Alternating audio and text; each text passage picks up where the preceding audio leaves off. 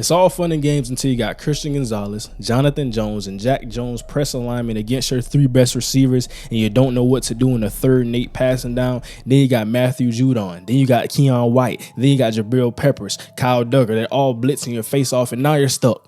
Bill Belichick has you on one of his death holes. Today we're talking about the AFC East, as you cannot tell by now, ladies and gentlemen. Welcome back to the channel, everyone. If you're a new viewer here, we're talking about this division today. The last division in which I did a breakdown on was the NFC North, but I want to talk about this one because I've been hearing a lot of takes. I've been hearing a lot of things, and I just don't think it's been with full accuracy and with full research. I'm one of those all 22 truthers, and while I say watching the film, it's one thing, and understanding looking at the roster and the names on paper, that's another thing. But I have to respect that as well, because how do you get to the field? How do you get to the all 22? The names have to come together and put it on the field. But I think some of these teams, and we're going to talk about one up first, deserve some more respect than they've been getting. I'm going to start that off with the New England Patriots, because I think that all of these teams have a shot at making the playoffs. Yes, I said it. I know you don't believe it. I know you don't think it. You probably think Mac Jones isn't that guy. We're going to talk about all of that. But I want to start off with the defense, because as I started out this video, I talked about Christian Gonzalez. I talked about Marcus Jones, Jack Jones, Jonathan Jones, the guys that they have at corner. Bill Belichick is going to run those exotic diamond nickel packages. I think it's really going to be good, especially with Keon White, Matthew Judon, Josh Uche. Some of the guys on the defense, they have the perfect players for their scheme. Even their draft pick, Marte Mapu, because he comes out of Alabama. You say he's too small to be a linebacker. He's not quick enough to be a safety. Bill Belichick knows what to do with those guys. A lot of people didn't know Kyle Duggar coming out of Lenoir-Rhyme. He's a baller right now. Jabril Peppers, he was a Heisman candidate. He's a baller right now. Been on a couple of different teams, was on the Giants. Cleveland Browns drafted him. Now, I think he's in the perfect scheme and fit for what he wants to do and what he can do. He's an ultra-talented guy, just like some of the other names. Now we go to the linebacker position. Jelani Tavares, Jawan Bentley, some pretty solid names there. Matt Wilson Sr. I think that you have a defense that is top 10 capable, and potentially, if they click on all cylinders, can get to the top 5. I haven't heard anyone say that just yet, because when I talk about the Patriots, I say, okay, I look at the landscape. It's going to be a bloodbath. We're going to talk about that some more. But I think that one thing I have to respect is that they're going to stop people. And that's important in this division when you have the Miami Dolphins, when you have the Buffalo Bills, when you have the New York Jets. Now, I think that we have to respect that. And like I just said, we talk about it. We talk about the different guys, how they can deploy them in different packages. But we got to look at the offense as well. And I think that with the offense, it's not a lot of excitement, optimism, but I think the fans truly know what they're getting with this team. Now, you don't know the play calling because you bring in Bill O'Brien. Last year, it was a whirlwind. It was a turnstile for Matt Patricia, Bill Belichick, all of the guys offensively. Mac Jones was not a big fan of that, and he was very vocal about that in his sophomore year. But I think getting back to that first year, because while it was sort of a condensed playbook, a run-heavy team, we understand all of that. I look at Mac Jones and I understand he's a traditional pocket passer. You want more, you're not going to get it. But that's not a problem. It's not a problem. Only thing I would say, though, you have to have the offensive line. And right now, I understand there are some injury concerns amongst this offensive line. But I think that they get back healthy, because we're talking about the totality of the season. This is not a week 1 preview. It's about what's going to be by the end. So the hope is that these guys can get healthy, that they can protect Mac Jones, because he's going to run under the center. He's going to run those play action boots. He's going to have the 7-step drops. That's kind of his game. And I think he excels at that, being a processor. But when you talk about him, I think his deep ball is very underrated, because he's one of the most accurate passers in the NFL. And it doesn't excite nobody. It doesn't excite me, but it works. And if you give him the weapons, I think that there's a solid weapon group here. It's not a receiving core that's going to get you jumping out of your chair. It's not a top 15, but they're going to be a run-heavy team. And Ramondre Stevenson, coming off of that 1,000-yard year, he's going to have the workload. Now, you're bringing Ezekiel Elliott, and I don't know to what extent the expectations are for Ezekiel Elliott. He probably can get you somewhere around 400 yards. I would set the over or under at that mark. But Ramondre is going to be the guy. He's going to be involved in the passing game and the running game. And really, I think that the biggest thing I would say is, I'm looking at the team and I'm wondering who's going to carry the offense on the perimeter, because you bring in Juju Smith-Schuster, you let go of Jacoby Myers, and they have very similar skill sets. I think we've all talked about it to this point, but and really on the same kind of deal. I think it was some other things with guarantees and different, little things we talk about with contract details. But overall, I think that you swap the player for kind of his twin. Now we do that. And then Devontae Parker, he can be a one, but he has not been healthy consistently. So I think that's something you have to understand. Tyquan Thornton, some of these guys are dealing with injuries, but like I said, we're looking at the outlook of the season now. You draft Demario Douglas, and he's a very interesting player. One of those gadget guys, can be a very interesting guy out of the slot. He has a lot of juice in his game. Even Tyquan Thornton. I think that one thing I can say I'm seeing with this team, they're trying to get guys who can get them to push the football down the field. One thing they want to add more consistently to the offense. But the biggest thing outside of that, Kendrick Bourne, a pretty solid too. And then I think Kayshon Boutte. He is really the wild card that I look at in this offense, because at LSU on different teams, he was a guy who was a one, had some off the field things, consistency issues. We talk about that, and we have to look at it and say, okay, who really is this guy? And I think that for Bill Belichick to take him, for them, he's been showing some great things in preseason, training camp, different types of things, for them to really buy into this guy. I gotta say, the person that we thought we knew that had different things going on, I have to say I think he's putting that past him. I have to say I think that if the talent can outweigh everything that shadowed it, he can be one of those guys. I don't know if that'll be how early. I don't know if it'll be early at all. But I think that when we look at his team, we have to factor in Kayshon Boutte as a wild card, because if he gets it all together, he can truly pop for this team. We know the tight ends, Mike Gesicki, Hunter Henry, pretty solid group right there. But that's what I think about the New England Patriots. I think it'll be a defensive-oriented team. The offense has some bright spots, but not too many. It's going to depend on Bill O'Brien, how he brings that scheme back to the NFL. He was an Alabama guy, coached for different teams, the Houston Texans. Now, I think that getting to this spot with Bill Belichick, these are guys who've worked with Nick Saban. How can they get it to now? You just want to be somewhere around the top 15. It's going to be an uphill battle, but I think that if they can put it all together, there's room for optimism in that sense. It's not going to be a top 5 offense. It's just not. We have to think about it with the weapons, with the offensive line, everything that we're looking at. I can't confidently say that, but I look at the defense and I think that's how you're going to win games. Now, the biggest question is, can you outscore some of these other guys? And I'm going to start with the Miami Dolphins, because I'm very optimistic about the Dolphins, a team that I've talked about. I think we know the weapons. And really, one thing I'll say, with every team in the division, some offensive line concerns, whether it be health, talent, different things at certain positions. But I think overall, when I look at the Miami Dolphins, as long as Teron Armstead gets healthy for week 1, he should be pretty solid and ready to go for the duration of the season. But the biggest thing we have to talk about, Tua Tagovailoa, can he do it? A full 17-game season. And even if it's not a full 17-game season, can he give you 14 to 15? I think that's what you have to be looking at right now. Now, you brought in Mike White, a pretty decent backup, backed up the New York Jets last year, but it's coming down to Tua. There's no sugarcoating it. There's no way to run around it, run through it, run past it. We can't hide from the fact that Tua has to stay healthy for this football team.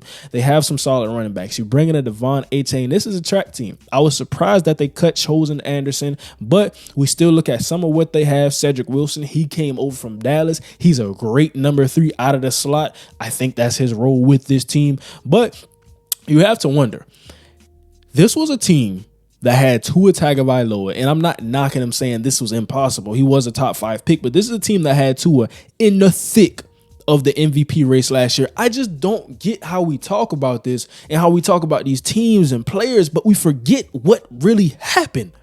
Tua was that guy. This offense was that offense. Mike McDaniel had it flowing. The defense was playing good. They were running that zero blitz and all these different coverages. They were doing that, and it was clicking. It was working. I think about the win against the Ravens. They beat some other good teams. They were beating the top of the top competition. And I came to the mic and I said, okay, this is the team I'm looking at. For all it's worth, I have to respect the Miami Dolphins as an elite and true contender. Then worse came to worse. I want to say prayers to Tua. I hope he can stay healthy on really a personal level, person to person. But getting back to the football field, now this offense should be the same thing. It really should. And when you look at the running backs, you look at some of those weapons, I see no reason why this can't be another electric offensive year. Mike McDaniel, he's ascending, becoming one of the best offensive minds at the head coach position. He's showing some things and still has some things to prove as a leader of men with that group there. But we have to respect it. We have to expect that. And I think a lot of people are forgetting that and they want to write off too. And now I'm getting to the defensive side of the ball because we talk about this team, you talk about an electric offense. I'm a fan of the defense. I think that a lot of people are trying to hop on the hype train with Jalen Phillips. Jalen Phillips will be one of those ones. He'll be that guy for this team this year. Now, conversely, with Bradley Chubb, I want to see the Bradley Chubb that I saw in those early years with the Broncos, but I don't know. I don't know if I'm going to get that out of him, but we have to think Jalen Phillips, Bradley Chubb coming off of the edge. You have to feel very optimistic about those two if they can really reach their potential. Bradley Chubb, he was a first rounder. He was the guy opposite Vaughn, was supposed to carry on the legacy, had some injuries, different things. Everything didn't fully pan out there. Now he's a Miami Dolphin. They gave up a lot to get him. They truly did. But when I talk about this defense, I look at the secondary. And yes, Jalen Ramsey's hurt, but we're not talking about week one. We're talking about the duration and totality of the season. He's going to be that guy. And I talked about when you draft Cam Smith out of South Carolina. I'm from South Carolina, watched a lot of Cam Smith, a very interesting corner when we talk about it. In his rookie year, how fast can he catch on? We think about it.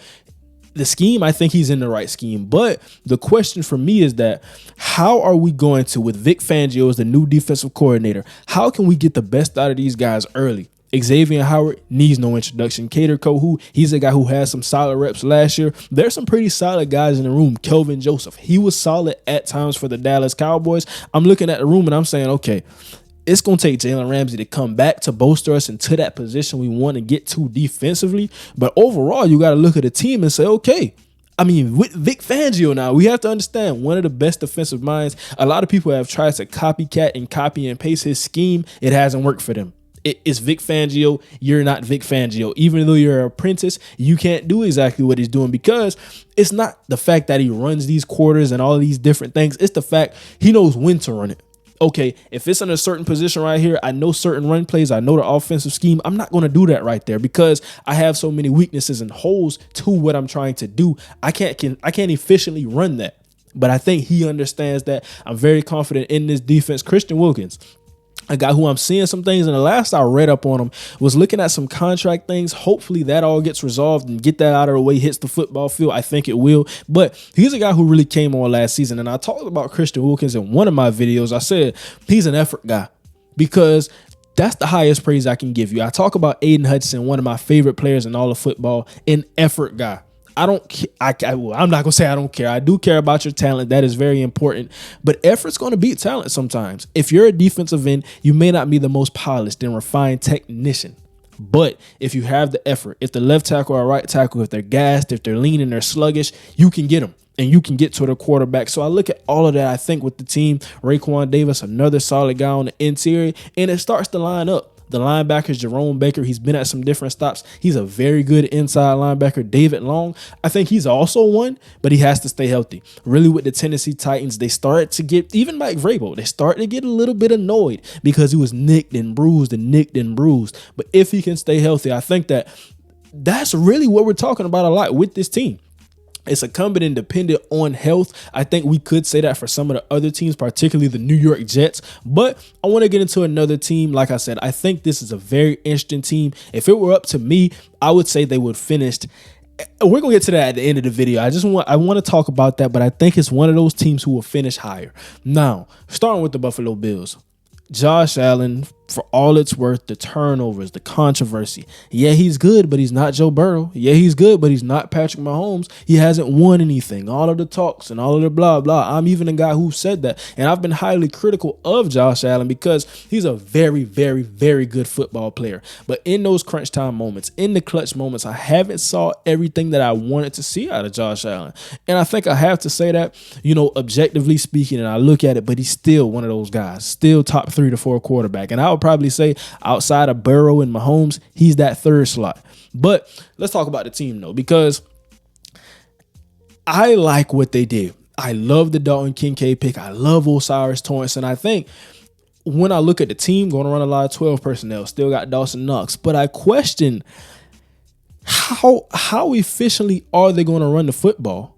Because Osiris Torrance, for everything that he's worth, I think he's one of those great run blockers. Now, there's a battle. Ryan Bates is still there at the guard position, but I think that when you draft Osiris Torrance, he was the best guard in my opinion. Well, Matthew Bergeron, some of the other guys we look at the draft, that's not the conversation here, but one of the better guards in the draft. I think he's going to compete to start, if not by the end of the season. Like I said, you still have Bates, McGovern, some other guys, barring injury, guys who get back healthy. We have to talk about that first, but you got Damian Harris, and I think he's the best runner of the football. But at the same time, Latavius Murray's in the backfield. James Cook. Will James Cook be able to take that next step? Because I think he has some limitations as a runner. But if Sean McDermott can really scheme and excel with his strengths, I think if you can bolster that into a run scheme, there's room for optimism, but you have to think about it as well. He doesn't have great contact balance. He's not the real run after contact type of guy, but he can catch the football. He's explosive in space. So it's one thing we're going to have to balance. And I think a conversation that they've already had, something that they're talking about with these guys. And one thing I do say, you don't want to be a tell. If James Cook is in the game, you don't want to say they're throwing the ball. You don't want to have that mindset. If Damian Harris is in the game, you don't want to say Cook is out, they're running the ball. So it has to be a balance. Work with that and get those two guys to really maximize their strengths, limit the weaknesses. That's what I would say with the run game. I don't want to see Josh Allen be a superhero, but if he has to, this is the year he can do it again. As we can see, we got the sun right here really bothering me right now, but I talked about Dalton Kincaid, one of the guys that I'm really higher on. And I think that the question is, how early can he bolster into that number 2 receiver spot? Because yes, he's a tight end. I'm not saying he's going to be an actual receiver, but as a catcher of the football in the passing game, he can be the second option. Stephon Diggs is everything he is. He doesn't need an introduction. We don't need much time on him. But Gabe Davis hasn't been that consistent guy that we saw get all those touchdowns against Kansas City in that championship game. Past that, I think he's still a good receiver, but they were expecting him to take that next step, and the step is still on the ledge. He's still on the couch right now trying to get up and take the next step. Like I said, for everything it's worth, I love him as a player, but I don't think we may have seen the best of Gabe Davis. So now you wonder, how can we put more pieces around that? And I think they've tried their best. Deontay Hardy, Khalil Shakir, but really Dalton Kincaid is my wild card. Everything I said, they kept a lot of weapons. Isaiah McKenzie is now a Colt, but I think that we have to respect Josh Allen for what it's worth, have to respect Sean McDermott for what it's worth, and the weapons are there. But again, my question, how effective can they run the football now? Defensively, I think it gets very interesting because the question has been with this team, can they stay healthy defensively? Now, Tremaine Edmonds is out the door.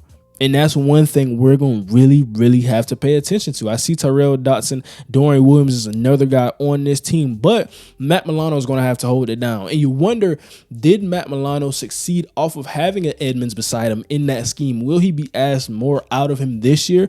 And will he be able to take that bigger workload? And some of the things Edmonds had to do, now can he do that but still did what he did himself at an elite level and still be an all-pro, if you get what I'm saying when I say that. Now, I think one thing I do respect on, one thing I do want to touch on is that when Von Miller comes back, he's going to be back. Not week 1, but we're not talking about week 1 again, like I said.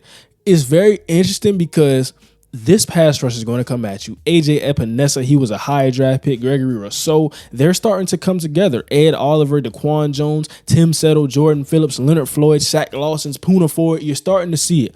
They're building this team from the trenches. And you wonder, can they have that pass rush that negates some of the things in the secondary? Now, I do like the secondary, but I think they're getting a bit older, I do want to say. And really, with the linebackers, how often can they hold up in coverage? One thing I'm going to have to talk about. But let's get into the secondary, though, because we see Dane Jackson, Tre'Davious White, Teron Johnson, Kyer Elam out of Florida. He had some flashes last season, up and down moments, but a very good player.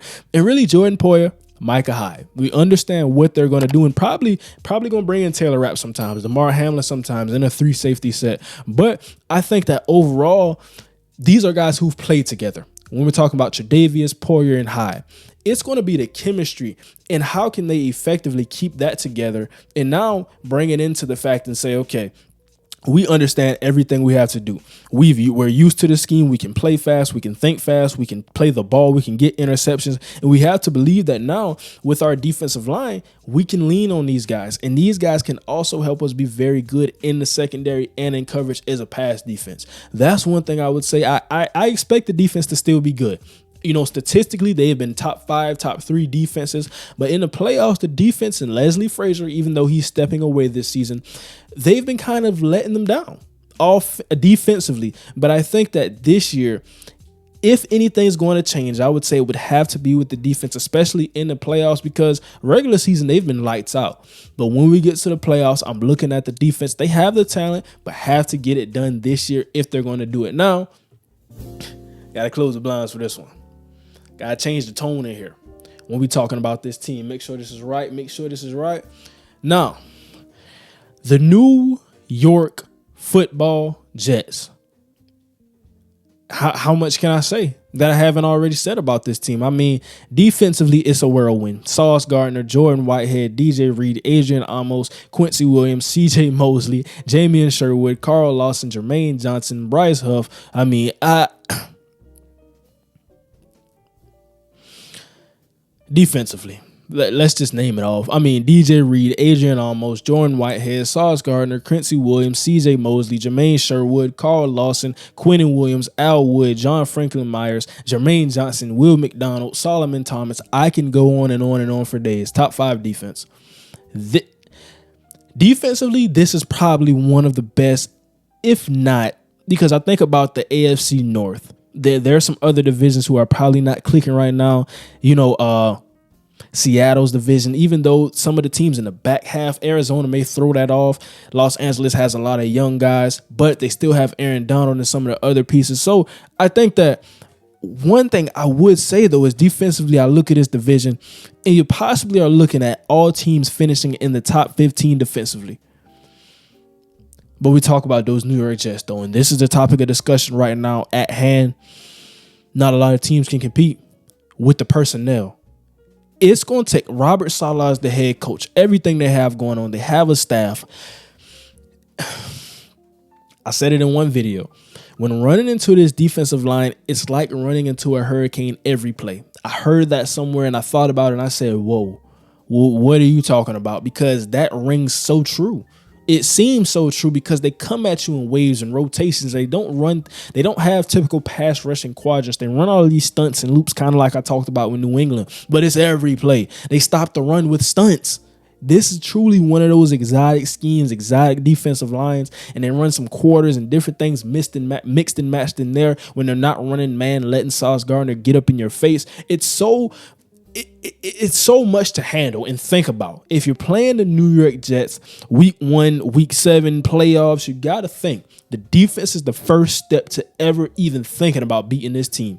But we talked about that. We know that right now. How much time do I have to take with that defense, should I say? Now, the offense, though, I think very interesting. And one point that I made when talking about this division, offensive line play will be critical for all of these teams. Health, talent, a mixture of both. You want to be healthy and get your best talent healthy at the same time. You want to have 6 to 7 guys on a typical depth for the offensive line. But now I think with the 5 guys, even the 5 guys have to stay healthy, because what we're seeing with these teams and offensive lines, it's seeming like things are not going their way. And like I said, that's for every team within the division. But one thing I'll say, though, when they have those 5, Elijah Vera Tucker, Connor McGovern, Laken Tomlinson, Joe Tippmann is the rookie, but I think he's interesting because if he gets in a rotation, I liked him as a prospect. Dwayne Brown, an older guy. Mekhi Becton, a good offensive line if healthy. Talent-wise, I think top 15, and it's just pure raw talent. I look at Laken Tomlinson, he's very good. Elijah Vera Tucker, first-round pick. Mekhi Becton, first round. We can go with these guys. But now we look at the weapons, because you wonder. And I saw the preseason game. He wasn't playing the New York Giants starters. We're not going to look too much into that. But Aaron Rodgers looked like that man. And I talk about his arm, that throw to Garrett Wilson on that fade. It was special and it was beautiful. One of the best throws I've ever seen. But Breece Hall is coming back. Dalvin Cook's going to be here. He's a new addition to the room. Israel Abanikanda, I don't think he's healthy right now, but we're talking about the totality of the season. Michael Carter still in the room. I think it's going to be a run-first team. I've talked about that because I think that that's what the offensive line is geared towards with the talent, with what they're best at in the scheme. I look at a lot of run blockers along this offensive line. So we understand that. But when Aaron Rodgers has to drop back and Zach Wilson is still behind him, hopefully when Rodgers is going, Zach Wilson can regain that starting role. But we look at Garrett Wilson. I talk about a guy who's going to blossom, and I'm calling it. I usually don't call things like this, but I think that if anybody's going to do it in that second year, now Drake London, he's one of my favorite receivers that I've watched on film, but Garrett Wilson, another guy who I think if everything clicks and everything hits, and I think he's there mentally, he goes against Sauce Gardner and DJ Reed every day in practice. So he's seen the best of the best with iron sharpening iron. Aaron Rodgers is going to feed him because he loves his number one receivers. He's going to have a ton of yards. In the red zone, he's throwing that fade ball. He's throwing the slant route. He's throwing the zig or the shallow or any type of route which is going to get Garrett Wilson open, should I say. I'm going to name all of them because that's just everything they're going to do in the offense. And Aaron Rodgers, that's going to be his first read. Regardless of the play, he likes to do things his way. Think about Devontae Adams. He fed Devontae. Garrett Wilson coming over to him now. He says he sees a lot of similarities. And I see a lot of similarities. But really, if I had to talk about Garrett Wilson in a comp, I would probably say somewhere around Stephon Diggs if I had to throw that out there. But one thing I'll say is that I'm very high on Garrett Wilson and Aaron Rodgers' connection, but I talk about beyond that. And this is where the conversation shifts a little bit because everything about this team, which we've talked about to this point, it was very good. We're speaking with optimism. We're very high on a lot of these players in the scheme and how they're going to fit into their roles. I like Conklin. I like Uzomah. Rutger was the draft pick. And also they have another tight end they have. The name is not clicking right now, but I look at the backups. Well, not really the backups, the 2s, the 3s to the 4s. Alan Lazard, not a great separator, a bigger body guy, but he doesn't play like you think he would with that frame. He's not really that contested catch getter, but you think there's the chemistry there, and that's going to help them. But you have to wonder how many yards will Lazard get in this scheme? Will he get 700 to 800? Is that something we have to think is the number 2 guy right there? And really, Randall Cobb, I think he's going to be the slot. And really, my concern is that at this point in Randall Cobb's career, he was one of those prototypical slots, one of the best in the game, but now he's more in that veteran role, one of the leaders and mentors in that receiver locker room. In Mecole Hardman Jr., what I'm hearing out of Mecole Hardman in training camp and preseason, everything that's been going on, it's not what I thought it would be because I thought he would be that prototypical 3 in this scheme for this team, but it's seeing that things are not leading to a big Mecole Hardman season, to a big Mecole Hardman role. And that's to say it's still very early. Things are going to happen on the football field, which could either change that or keep that the same. But Randall Cobb, if he has to be a guy who's getting a ton of snaps in that slot role, how consistent can he separate for this team? And I said it's going to be a run-first team. I still agree with that. But I'm just wondering some of those things with the number 2 and 3 and 4 guys. I look past that. Irvin Charles, Jason Brownlee has an amazing story. He made the team. He was really boy wonder in the preseason for this receiving core. Made a lot of great catches. I saw the one training camp catch, the one hand. He's been doing it, and I applaud him for getting this job. You always want to see one of those guys with the stories make the team and have the job. But that would be my only thing I say. Offensive line health, receiver core depth. I talk about the rest of the team and it's glowing. The running backs are special. Garrett Wilson special. Aaron Rodgers Hall of Famer. Defensively, we talk about that. But it's that time. It's that time for my rankings. And I want you guys who've been following along, if you're still here, don't forget to like, comment, and subscribe. We're almost on the road. Well, we're on the road, but almost at 7,000 subscribers. We're going to get to 10K. Once the season starts, we're ramping it up. This is your channel to be at if you want consistent and the best, most objective, fair, non-biased talks about ball, basketball, football, different types of sports. That's all going to be here. So hit that subscribe button. Be notified with the content we drop daily. So that's one thing I want to get out of the way. But my rankings finally now, a lot of people may not like this. But number 4, I got the New England Patriots. For everything that it's worth and everything that I talked about, I think it's just too stacked. That's not an indictment and a knock on the New England Patriots, but I just think if they can remain healthy, it's any given Sunday. It's anybody's division. But if everybody's healthy, and I talked about barring health with the totality of the season, I have them coming in 4th. Number 3, though, and this is interesting for me, I have the Buffalo Bills. I know a lot of people may not agree with that, but everything that it's worth, I think with the Miami Dolphins, it's going to be a lot to overcome. I look at everything they're going to bring, and you think about, okay, Von Miller comes back. He was a Defensive Player of the Year candidate last year, even as old as he is. He's past 30 now. But I have to respect the Dolphins, and I have to respect that if healthy, I don't see a lot of people who can stop this team. And then number two, of course, as I've just said, the Miami Dolphins coming in 2. And then number 1, I talk about the hype and how everyone sees Super Bowl or bust and different types of things. And, really the Tom Brady effect. He came over to the team. He did all these great things with the Buccaneers. Can Aaron Rodgers do that with the Jets? I think he has a shot. I think we have to respect him. That defense is special. We talk about elite defense. There's not a lot of elite defenses. You don't need an elite defense to win the Super Bowl. This one, though, it's going to win them a lot of games. Last year, the games they were in with Zach Wilson, as he struggled as a young guy. Mike White, he was thrown in there sometimes, played good sometimes, played poorly sometimes. But Aaron Rodgers, being that consistent guy, a clutch performer. And you can say what you want about the playoffs, that's one thing, but a clutch performer. When the rubber needs to meet the road, I think he can get it done for this team. And that's why I think ultimately they will finish in the number 1 spot for this division. Let me know what you guys think down below in the comments. It's been a fun ride. It's been a fun video talking about these teams and everything that I think and that I had to say about each. I respect all of them. Like I say, one of the best divisions in football. I think about the NFC East. I talked about the AFC North. We're probably going to get, depending on the likes, everything that you guys, how we run this video into the algorithm, we can get another division preview up. But I think this is one of the best ones.